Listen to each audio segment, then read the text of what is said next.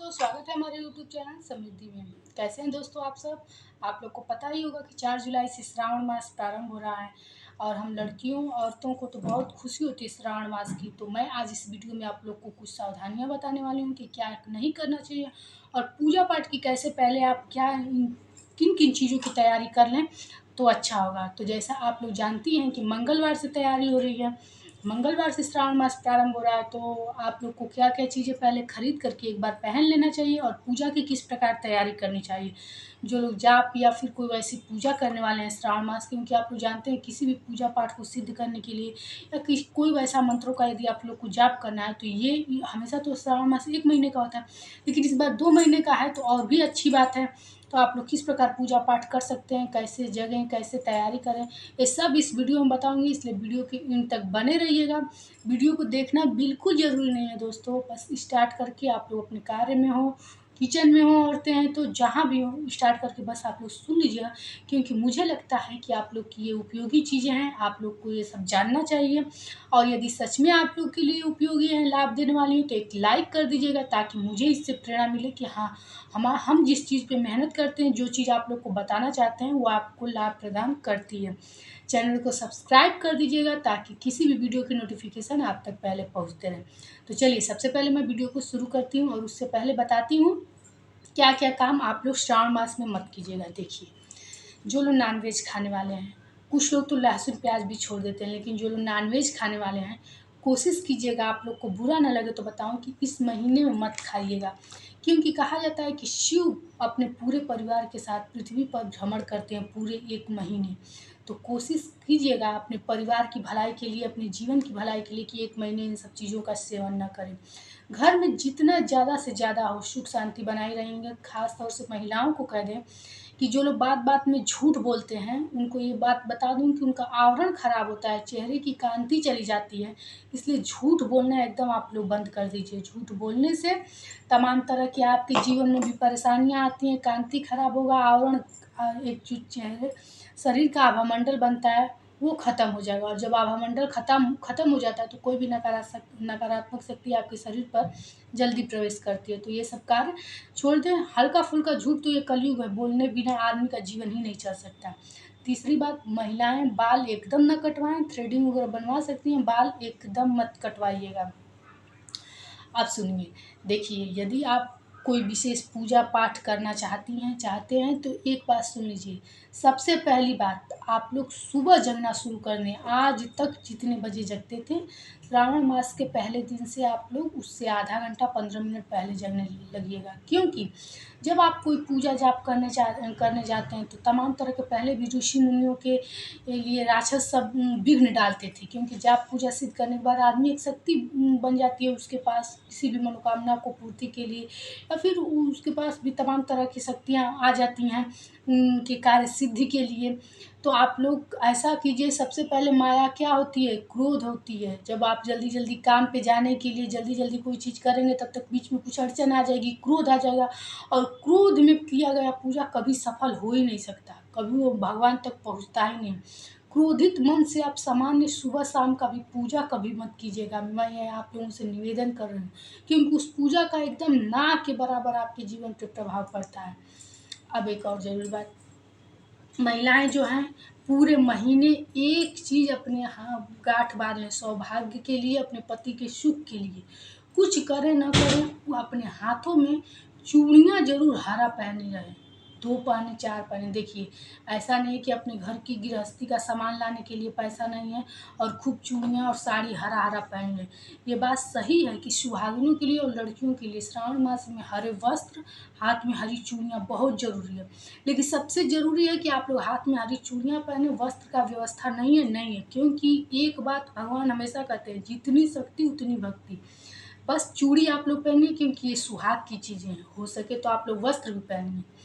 जो लोग मानसिक पीड़ा जिसको होती है, वैसे तो जब आप सावन के सोमवार का पूजा करने जाएं तो कोशिश कीजिए कि हरी साड़ी, हरा वस्त्र पहने। लेकिन मेरे कहने से आप एक चीज़ बात लीजिए, आजकल बहुत लोग हमें भी आते हैं कमेंट में कि डिप्रेशन से परेशान है, मानसिक पीड़ा बहुत होती है।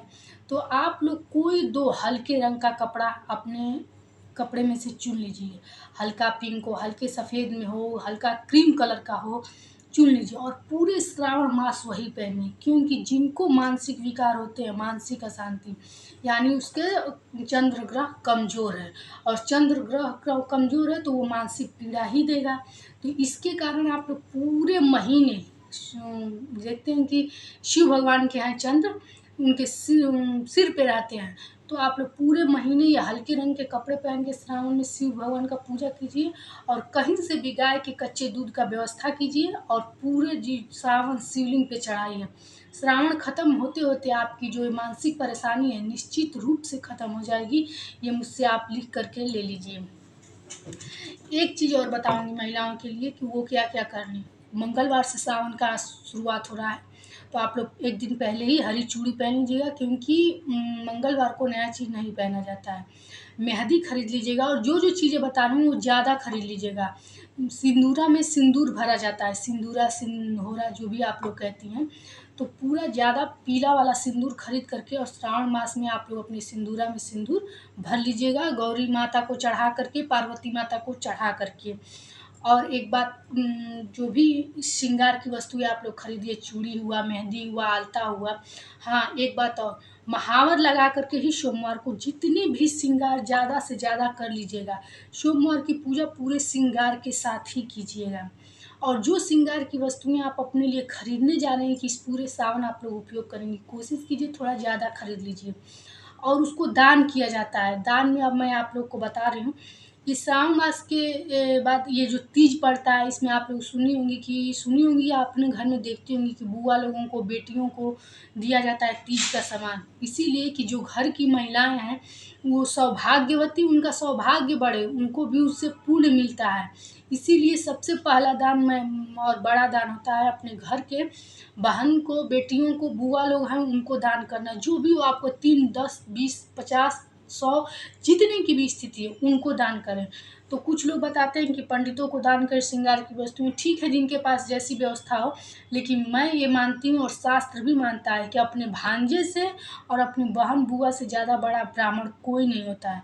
तो आप लोग श्रृंगार की वस्तुएं प्रत्येक सोमवार को एक डिब्बा चूड़ी ही रख लें, एक महावर रख लें, एक पत्ता बिंदी सिंदूर रख लें, इतनी चीज़ें रख करके। और जब आपके घर से तीज जाए या आपकी बहन बुआ लोग आएँ तो वो चीज़ें इकट्ठा है दे दीजिएगा, या फिर रक्षाबंधन भी आता है इसी श्रावण मास में, उससे भिजवा दीजिएगा। देखिए, एक तो बहन बेटियाँ बहुत खुश होती हैं अपने मायके से कोई चीज़ छोटा भी पा जाती हैं तो, और दूसरी बात, आप अपने सौभाग्य के लिए, अपने पति की तरक्की के लिए, अपने पूर्ण काम के लिए ये काम ज़रूर करें।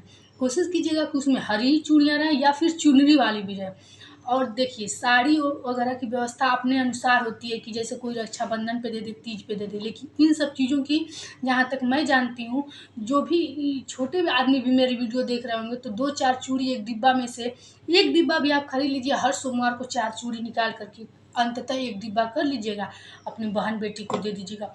बहुत पुण्यदायी ये चीज़ होती है। अब एक चीज़ और ज़रूर जान लीजिए, पूरे सावन मास में एक तिल का दिया ले लीजिए और हमेशा सोमवार की शाम को आप लोग जलाइए।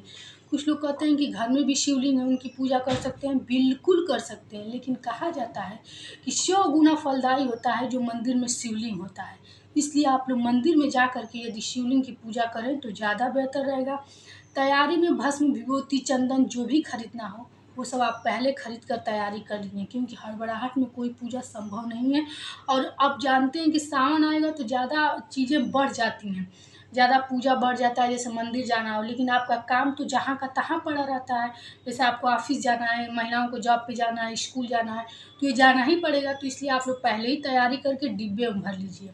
डिब्बे से एक सावधानी आप लोग को और बता दूँ, मैं मंदिर में जाती हूँ, कभी कभी लोगों को देखती हूँ कि वो डिब्बी सहित कोई चीज़ चढ़ाएंगे, पुड़िया कागज़ का लिए रहेंगे, उस सहित कोई चीज़ चढ़ाएंगे। तो ये गलती आप लोग बिल्कुल ना करें। भीड़ कितनी भी रहे, इसीलिए तो कहूँ कि थोड़ा जल्दी जगिए, जल्दी जाइए मंदिर ताकि समय से पूजा करके आ जाएं, लेकिन अपने हाथों से निकाल निकाल के शिव भगवान को अर्पित कीजिए। आपकी जल्दीबाजी के लिए भगवान के ऊपर फेंक करके आना कभी आपको फलदायी नहीं होगा। सावन में जो भी पाठ अगर आप लोग नहीं करते, शिव पुराण का या फिर से कोई ऐसा पाठ अपने घर में नहीं करवाते हैं, तब भी आप लोग एक काम कर लीजिएगा, कनक धारा का पाठ आप लोग अपने घर में ज़रूर कीजिएगा। जब कोई चीज़ ना समझ में आए तो ये कीजिएगा। कोई जाप पूजा का आपके घर में व्यवस्था नहीं है तो सत्यनारायण भगवान की कथा इस पूरे सावन में एक बार अपने घर करा लीजिएगा। देखिए दोस्तों, मैं जो जो चीज़ आपको बता रही हूँ ये एकदम छोटे से बड़े लोगों के लिए बता रही हूँ कि छोटे से छोटे लोग भी कर लेंगे। सत्यनारायण भगवान की कथा 50 रुपए में भी आप करा सकते हैं, थोड़े से अनाज दे करके। और बड़े लोग चाहें तो आप मंत्रों का जाप करा सकते हैं या ये कथा भी करा सकते हैं। तो मैं आप लोग को निम्न चीज़ों से लेकर के उच्च चीज़ तक बताती हूँ कि क्या आप लोग करेंगे तो आप लोगों के लिए अच्छा रहेगा। तो अपने घर में ज़्यादा क्लेश की वो सब स्थिति ना रहे, क्लेश व्लेश मत कीजिएगा। और एक चीज़ लास्ट में मैं आप लोग को बता रही हूँ कि सावन मास में अपने घर में जब आप लोग शिवलिंग की पूजा करने जाएं तो वहाँ जलहरी से जो जल लाइएगा वो अपने पूरे घर के कोने कोने में छिड़किएगा। और कुछ लोगों का कमेंट आया था शादी के लिए, तो मैं उन लोगों से कहूँगी 16 सोमवार का व्रत इस सावन से शुरू कीजिए। गौरी मंगला का व्रत हो या फिर कोई भी व्रत हो, आप लोग प्रारंभ कर सकते हैं, कोई दोष नहीं है। जैसे व्रत शुरू करने के लिए मैं ये चीज़ बता रही हूँ कि कौन कौन सा व्रत आप लोग जो कि कर सकती हैं। तो ये सब व्रत आप कर सकते हैं, लेकिन जिनकी शादी जिन लड़कियों की नहीं हो रही है उनके लिए मैं स्पेशल चीज़ बता रही हूँ कि वो ये उपाय करें। श्रावण के लास्ट तक, ठंडी गर्मी तक आप लोग की शादी निश्चित हो जाएगी, चाहे कितना भी आप लोगों के पास आपका कुंडली में ये हो दोष हो। देखिए 16 सोमवार का व्रत ले लीजिए, पहले दिन संकल्प कर लीजिए। या फिर जो महिलाएं अपने पति से परेशान है, क्लेश से परेशान है, उनके लिए बता रहे हैं। देखिए वीडियो थोड़ी बड़ी हो जाए तो आप लोग परेशान मत होइएगा, क्योंकि ये ज़रूरी बातें हैं जो मैं आप लोग को बताना चाहती हूँ। तो आप लोग अगर परेशान हो तो व्रत का संकल्प ले लीजिए कि मैं अपने पति से जो भी परेशानी है आप लोग शिव भगवान के सामने संकल्प ले करके और अपना पूरा विधिवत 16 सोमवार को व्रत कीजिए, पूजा कीजिए। लास्ट में जा करके अपने हाथों से अपने घर के किसी भाई से, पापा से, जो भी हो हवन करा दीजिएगा और कुछ नहीं करना है, आपकी मनोकामना जरूर पूरी होगी। एक रामायण में चौपाई है जो सीता मैया ने राम जी को पाने के लिए किया था, जय जय गिरिवर राज किशोरी। यूट्यूब पे डालेंगी तो आप लोग आएगा। एक कागज पे लिख लीजिएगा, लगभग 10-15 लाइन का है। मैं लड़कियों के लिए उपाय बता रही हूँ, अचूक उपाय है, आप लोग करके देखिएगा। जय जय गिरिवर राज किशोरी, जय महेश मुख चंद चकोरी।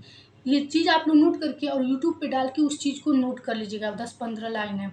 और जब सावन के सोमवार को आप लोग पूजा करने जाइएगा शिव मंदिर में, ये चीज़ पढ़िएगा।